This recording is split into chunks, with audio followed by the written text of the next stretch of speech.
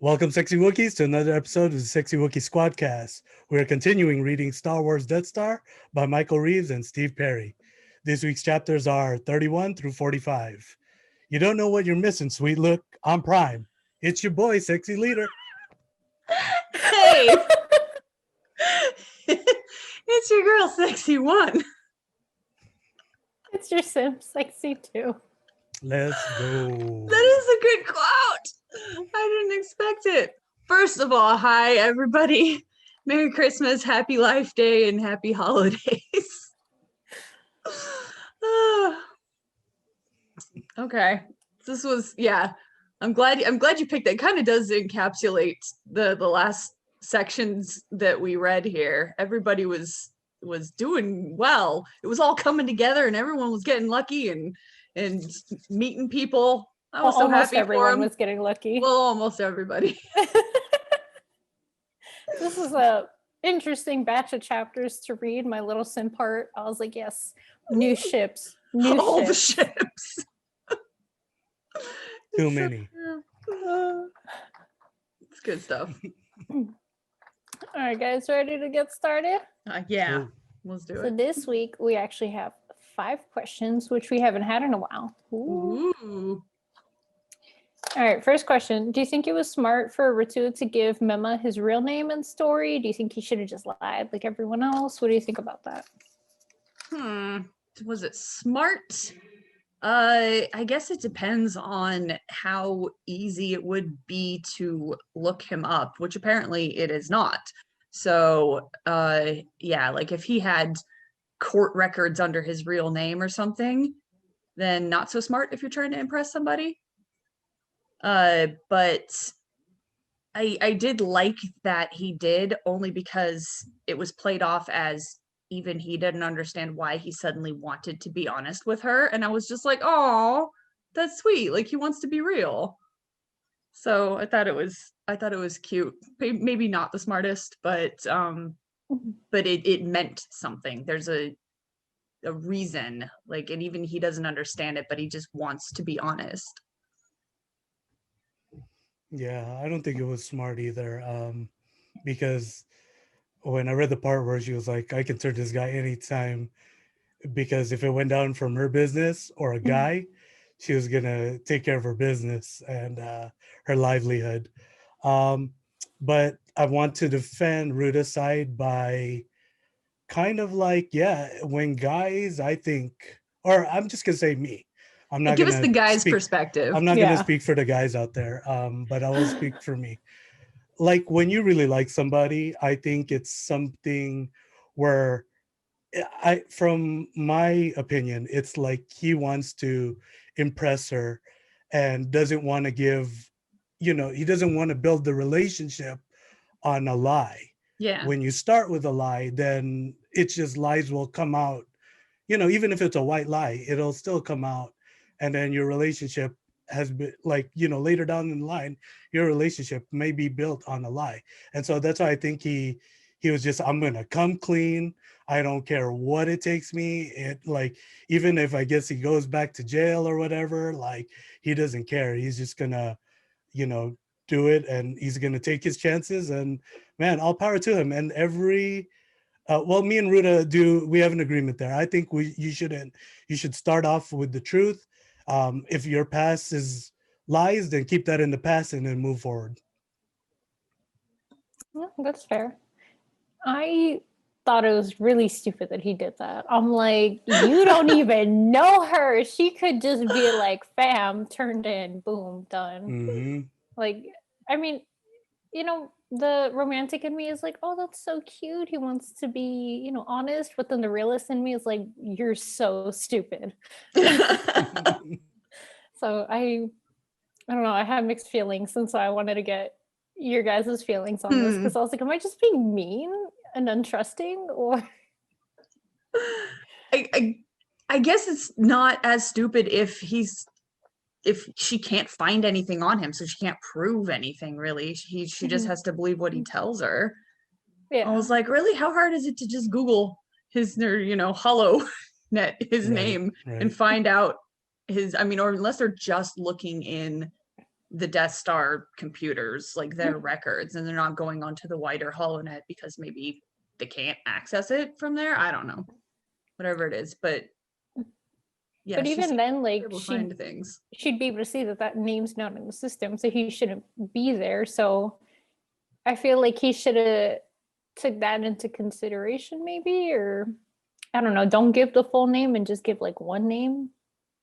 Yeah, I don't know. This poor guy came right clean. Easily turned him in quickly, but I guess it just adds a little bit of spiciness. Yeah, he lives on the edge. He really does. Are you ready for the next one? Yeah. So, who would you want backing you up in a fight, Roto or Nova? One. You can only have one. You know, like those games where they're like, here's all these characters, pick 3 on your team. The others. Oh shoot! One is backing you up. One is gonna fight you. Who do you want? Dang. My first thought would be Roto, just because I would want him on my team. And I don't know, initially I would say, because he's bigger. And in the life of a big lady like me, bigger is better. Like, just give me like a guy that's taller than me to back me up. I would feel better. I don't care how good you are at martial arts. If you're shorter than me, it just, I don't like it. So that would be number one. But then I'm like, the way we know about how both of them interact with other people, like, I love Nova to death. Like, he's just, I don't know, he's such a nerd and like, but really dedicated to his craft. And then Roto's like, I don't know, this like well-traveled monk sort of guy. They're just both really interesting, and their bromance is like the favorite thing that has happened. It's so cute. I am so like, oh, like I kept squealing out loud every time I would read these guys. But I really like how Roto treats women, if that makes sense. Like, he drinks his respect women juice, and we stan a king. Yes, and I just like, I would love to have him on my team. The way that him and Mema are, I was like, I would hire him in an instant. He could be my bodyguard for when I'm rich and famous. Yeah, I'm gonna go with you too. Roto is kind of like, if it were me, I'm gonna twist the question a little bit. Like, I'm gonna use Relics and Ronald as the same person, and yeah, he would be the perfect companion. Kind of like if you want to think it, Relics and Roto as the enforcer, like, is a good Street Fighter team. Whatever it is, if I were to, like I said, I wasn't really feeling the stories of the Cantina till these last few chapters. But so yeah, I agree. I like how he protects not only just the women, but also helps Mema protect the bar kind of thing.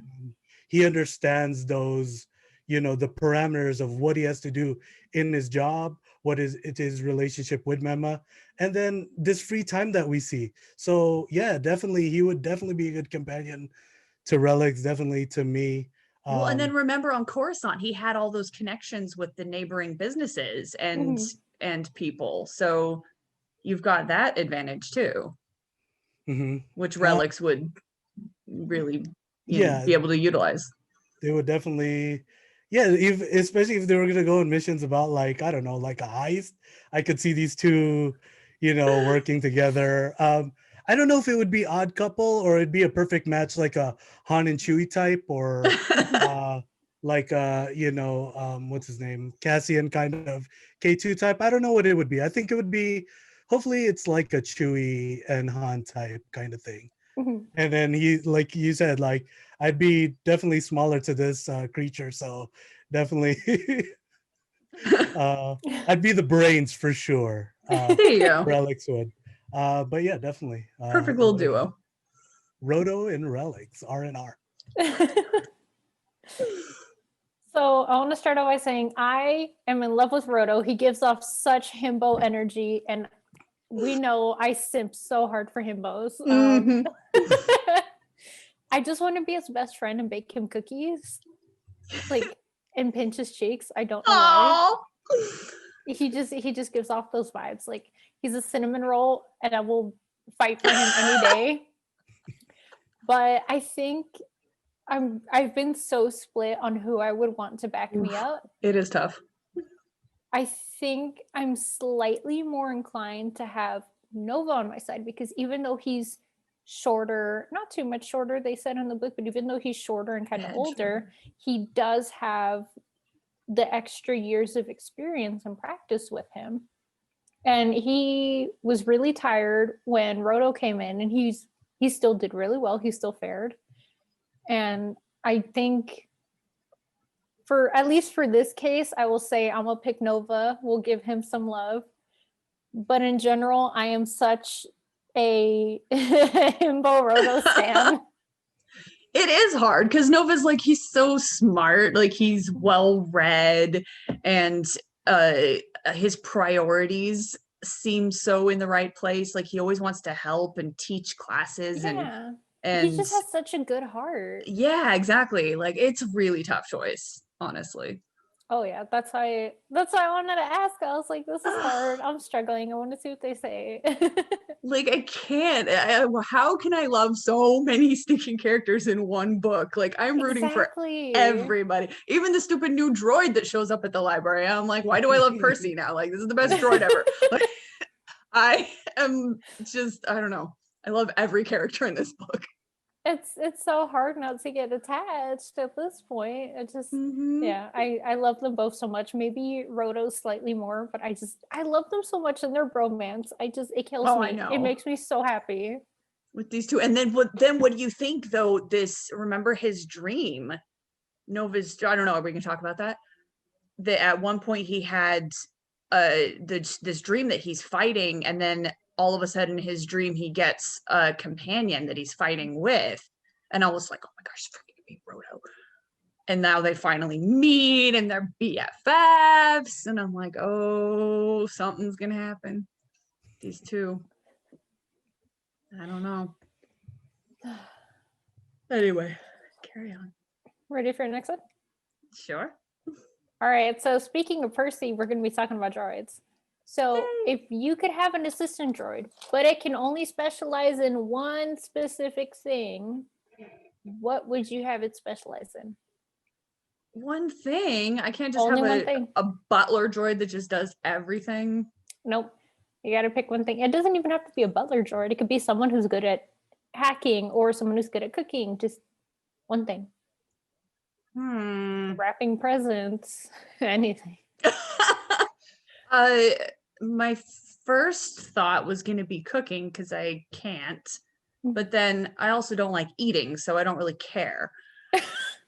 So then my next thought would be like a personal chauffeur droid, just because I hate driving in Los Angeles. I get road rage so bad, and if I could just sit in the back seat and drink my coffee and read the paper or whatever people do in the back seat of their chauffeured cars, it would be so nice, and I would be less stressed. So, no, while we're at it, if this is my fantasy, forget traffic, like a personal helicopter droid, just direct to, and you can airdrop me into wherever the heck I'm going. I want to sit. So there we go. Or a jetpack.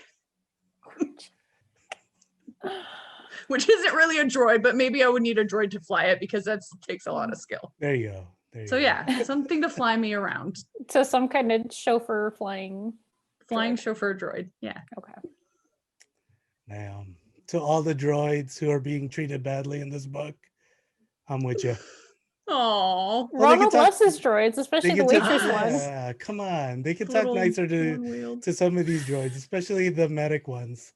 Come on now. That medic one's snarky though. I love him. I want to be his best friend. Oh man. That's good stuff. He's already wiping the sweat from Yuli. Come on. Oh. These droids are working their tails off for the Empire. Let's see. For me, it'd probably be a scanning droid. Just to scan stuff. I want to learn information about everything, creatures, especially if I'm thinking of traveling the galaxy. I need something, and I may not know something. If, like, let's say I can't live in the atmosphere of this planet, then I'll know how to prepare if the droid can scan me something or give me some information. But just, Like an I guess, a droid of encyclopedia. knowledge. Yeah, exactly. Pretty good. You won't have a laptop like going around the galaxy, so why not be a droid that can give you information? Oh, that's really good. My very top thing that I think of would be a cleaning droid because that stresses me out to no end. So so especially during like my depressive episodes, I have just zero energy or motivation to clean. And then that Mhm. just causes me anxiety. And then it's a whole vicious cycle. Then you It's a get vicious anxious that cycle of everything's dirty. sadness. Yeah. And so that's how I'm like, oh, a cleaning droid that would relieve so much stress for when I can't, or when life is just busy and you just do not have time. So, cleaning droid to just help out and deep Like a clean the Roomba? house. Well, one that can like reach everywhere, but Okay, sure. like all the cleaning, yes. I want every goddamn thing in my house clean. I want ceiling scrub, everything. That's a right? good point. I hate dusting because you dust and then half an hour later there's dust again. And it's like, what is even the point? Like, why am I doing this? So So it'd be, yeah. if I'm gonna pick something kind of mundane, it would be a cleaning droid. But if I'm gonna be a little bit more exciting, I would want a language droid, not just one that could translate, but one that could teach me the languages. Ooh. So I guess like a teaching droid. If it has to specialize in something, then specialize in teaching languages, because that would be awesome. Very cool. You guys know me. I love languages. I love learning. Even if I can only remember like 3 words at the end of it, I just love learning. So yeah. I feel like that would just be a lot of fun. Oh, I like that. I like your answers. Dang. Oh wow. The sofa I'll one borrow is good your too. droids. Okay, we'll trade off. We'll That's we'll do like an exchange program. I like it. Okay, guys. Next question. So, knowing it's basically illegal, would you do midichlorian research like Uli to help Nova? Why or why not? Well, I liked that his reason was very like Hippocratic oath, which I guess exists in space too. Do no harm, do everything you can to help the patient. And also, I think Lily's probably got a little bit of personal interest in the subject. Mhm. So any excuse that he has to need to research it, why not? I think it's an interesting thing, especially from a medical perspective. So yeah, why not? But like you say, it's illegal. You could, if if our FBI agents are watching and we're searching for illegal terms in Empire world, then yeah, you could get in trouble. So I'd still risk it. Yeah, I think so. I like to search dangerous things on the internet. So why wouldn't I do it in Star Wars too? This is a good question. Poor FBI agents are like, this lady's up to something. Mine already hates me, so that's fine. Welcome to the club. Just like now she's looking at midichlorians, like call Palpatine. Something's going on. Pretty much. That would be my answer. I wouldn't want somebody of a high rank to investigate if I were to study that, especially if it's illegal in the Empire's order. I would just kind of whisk it away. But yeah, it's his curiosity. He's known about it, but we don't have Jedi. All the Jedi are hiding to even, and if they find out, if Vader and the Emperor find out, you have a dead man. You have a dead, was it officer, lieutenant, sergeant? I can't remember. Sergeant and probably doctor. Yeah. So yeah, oh right. So you'd have them under, you know, high investigation for this. So I would say stay clear. But yeah, it's kind of interesting what he could have. If it is the force, or the will of the force, then you know, just hopefully he can use it to like his advantage. Yeah, Ronald, for once, you're right. Somebody actually is force sensitive and it is legit. I gotta say, sorry, Jasmine, before you give your answer, I like how the explanations and how this book is treating the Jedi and force and that kind of thing, how some people kind of have latent thing, but it's not, you know, they're not like moving objects with their minds. They interpret it differently than the Jedi would have. I also like how they explain from Yuli's perspective that there are people old enough to remember personally Jedi. They're just not allowed to talk about it, and that anybody born after that just has never heard of it because it's illegal to talk about it. And so it explains how they're kind of like mythical figures, but then we see in the cantina that people are like, oh, I heard there was a Jedi. So they're also like very urban legend kind of figures. And it's, I don't know, it just feels very real for this time period, that the way everyone kind of views them or talks about them or doesn't talk about them or approaches midichlorians as, well, we know this is a scientific thing, but we're not allowed to look it up. But you know, it goes a long way to kind of explain how people view their worlds. Oh yeah, definitely. And I think that's kind of why I feel bad saying this. I'm not even living this, but I wouldn't do the research as much as it would hurt, you know, because the Hippocratic Oath and everything, wanting to do the best for the patient. I think in this case, the best thing for the patient would be to not bring attention to that. And maybe, you know, even though he said like he's rusty when it comes to like pathology and things like that, if I were in his shoes, I would still do what I can with what I remember and try to treat him as privately as I can, because I could get killed for doing the research. This poor dude who doesn't even know what the hell a midichlorian is could get killed just for, you know, having a higher count and for having what could be interpreted as vision. So I feel like it would be putting the patient more at risk to do the research than to not, at least to me.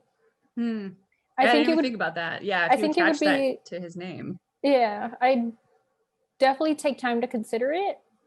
But I think in the end, I would just pick to not do the research just to keep him safe. But we all know that Uli's got guts, so of course he's going to research it. He is, and we also know now, but Uli doesn't, that there is a sneaky librarian on board this ship. So it might just all work out. I feel like the Kronk meme. Oh yes, it's all coming together. Fingers crossed, fingers crossed.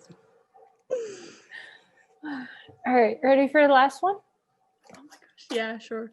So in the beginning, we met a staggering number of characters. How do you feel about them and their stories now? I remember it was kind of overwhelming in the beginning for us, but now that we've had time to get used to them and learn more about them, how do you feel? Thoughts, favorites, ones you want to throw out of an airlock, anything?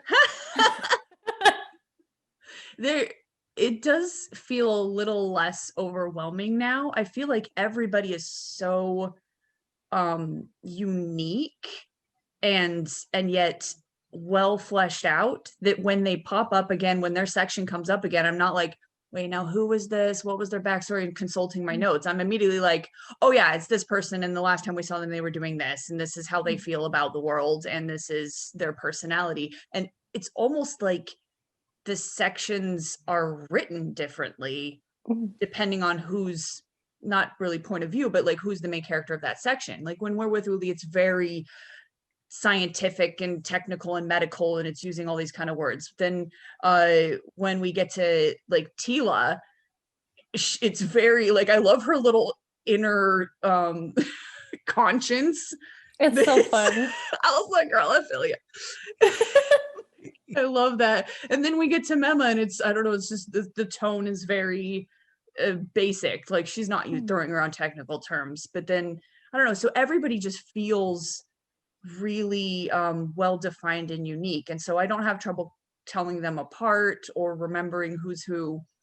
And now that they're all interacting and kind of in the same place at the same time, it's interesting to see them meet each other, where we know where they've come from and what they've gone through to get there. So I like that. And we're still getting new, you know, characters being introduced, like the new droid, like Percy. And I'm just like, another character, and I still love it. How do you keep doing this, like making completely new, unique characters? And I'm just like, wait, I'm digging this too. Like, this person's great. Or even that poor officer that got blown up on the ship after he told that story. I'm like, I like this guy too, this old guy. Like, he's just so like no nonsense and just gonna go out there, and I'm not ambitious, but I'm just gonna blow up the rebels. And then he gets blown up. But he told a good story. So sorry, buddy. And forgot his name because I didn't write notes this week. So yeah, I'm loving it. I could just go on and on about each different character and what I love, but yeah, I'm here for it. Big cast, big story. See what happens. And I still love all the ones that we loved at first. I'm still like, oh, what's gonna happen with 10? Like with your mans. With my man, I'm like, okay, he's still gonna be my man. But I'm like, oh, but Val is still so cute. And like, and he's got a girlfriend now, and that's so cute. I love it. And then we've got this, even the Wookiee, who is only barely gets mentioned because he got sick and had to duck out, and his replacement built the stinking exhaust port that he wasn't going to build. And so it's like, oh, everything's happening. I like it. I think for me, the writing of the author is now a little bit more easier for me to catch up on. You know, I've already catched up on, you know, them going back and forth with stories. Because before I said I like stories that just go straight and then get off of it, you know, but this bouncing around is, you know, I've gotten a little bit better, and I like it better, and I'm enjoying the book so far.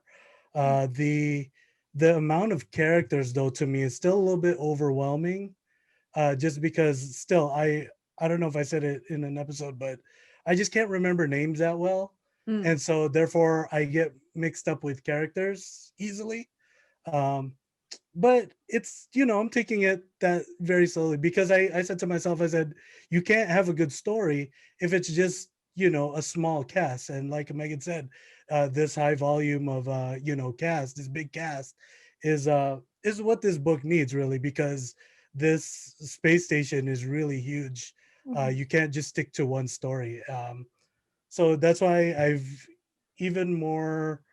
I'm starting. I know I said at the beginning of this episode that I'm still not kind of into the cantina scenes, but no, I really am now. Like, it's I like how they're playing the relationships between characters now as well, and as well some intimate, some bromance that we talked about, and then some, I don't know, just relationships when it comes to pilots and their commanders, kind of thing. So and we still get, you know, our main characters still get a good bunch of what do you call it, with a side we haven't seen, a side we don't know from the movies.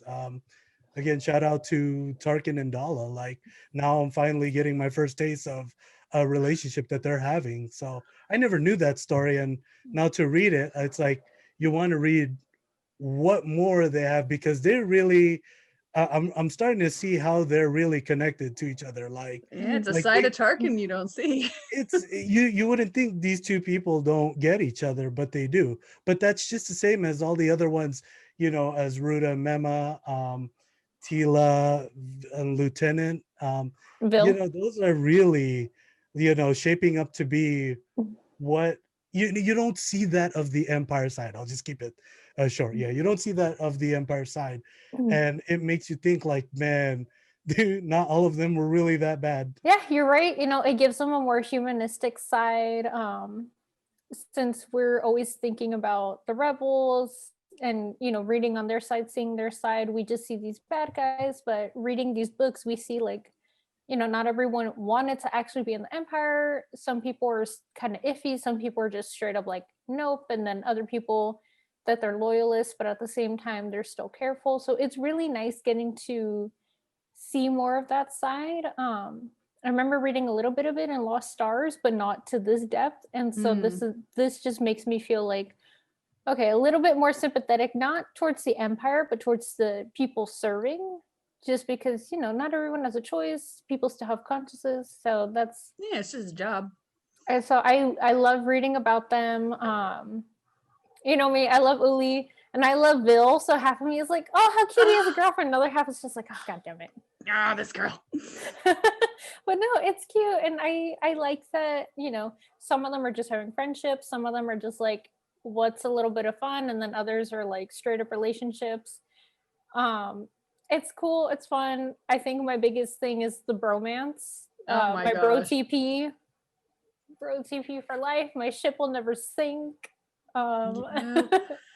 I love it. I love the characters. I love getting to know them more. I want to throw Maudie out of an airlock because he reminds me so much of Winsher, and he's so annoying. He's so deliciously annoying though, but that's how he is in the movie too. You're just like, oh, I could totally see him doing this little brat. He's like, oh, I put it to 3G and I'm working up a sweat, but gotta show that. I'm just like, shut up. Like, I'm sorry your mom never loved you, but dear God, you're so annoying.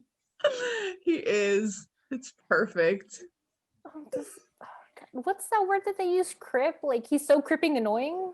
Oh yeah. When in this book they use milking a lot.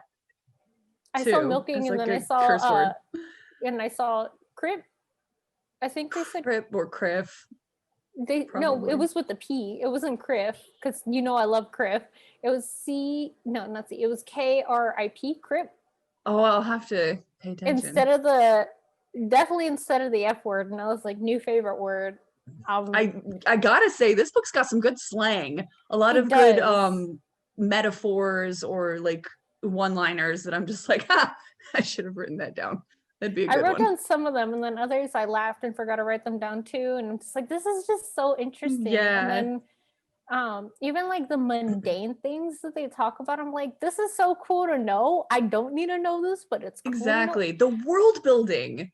It's so good. Like, I gotta say, usually they say Santa steams, but then instead they said shower, and then like the hair dryer that's attached to the wall or something. Mm-hmm. And she just sticks her head back, dry my hair, and I'm just like, what the heck? That's so cool. It's a thing. That. And then the different kind, there's the sonic shower and then the regular shower, and I was like, what even is this? This is so cool. And that the water kind is a luxury. I'm like, oh, yeah, it's cool. Well, and then I gotta say too, we were talking about the cast, so all these different characters.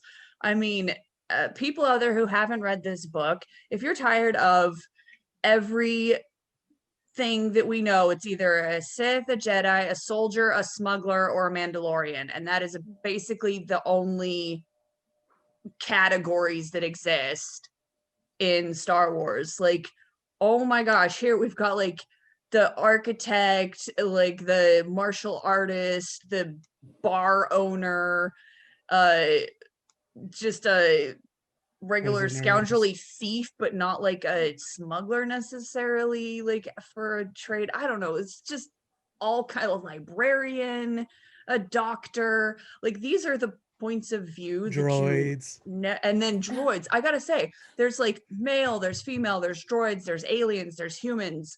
Like, there's actual diversity. Wow. Yeah, this cast has got like a little bit of everything. You've got people who actually work for the Empire, then you've got civilians, and then you've got, professionals in their trade that are contracted by the Empire. It's just every different kind of point of view you could want. And and you kind of get an idea of how they fit into this world and what their thoughts are on the war and the Empire, and how comfortable they feel being on the Death Star. Some of them, you know, not comfortable in their contents about it, and some are just like, yeah, it's the safest place to be. That's great.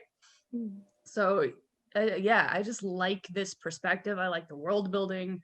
I like the new characters, and just it's so fresh, because it's like finally somebody that's not a Jedi or a scoundrel or a pilot. Like, we have some of those, but then we have other people who are a little bit more relatable.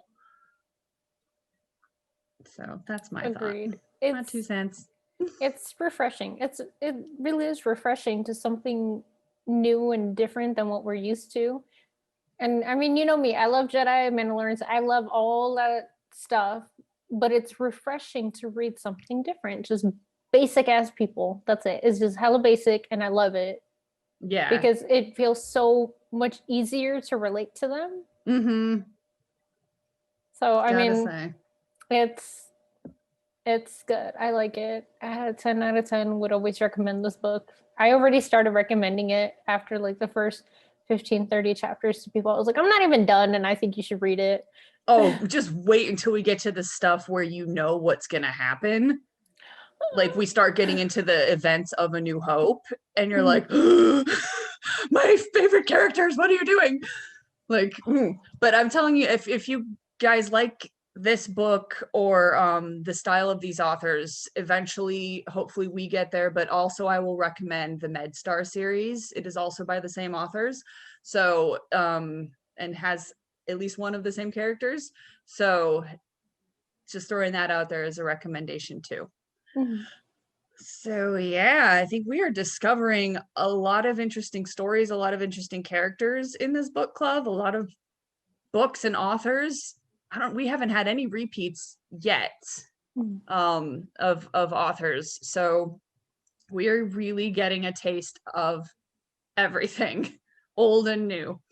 So yeah, I mean, hopefully we're offering some insight into the range of available reading materials out there for other fans.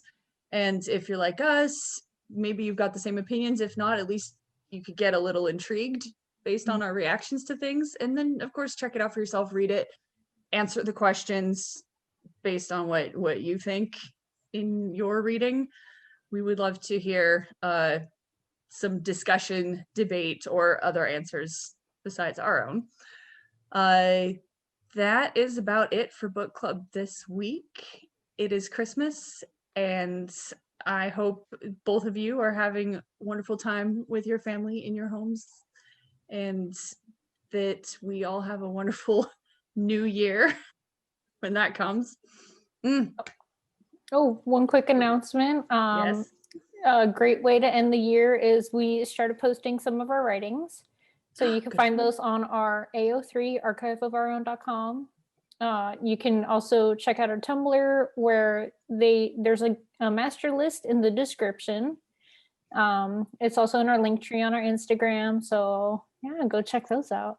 Oh yeah, I mean, if you think these books are adventurous, wait till you see what the sexy Wookiees get up to. It's crazy times. So anyway, that's it for this week.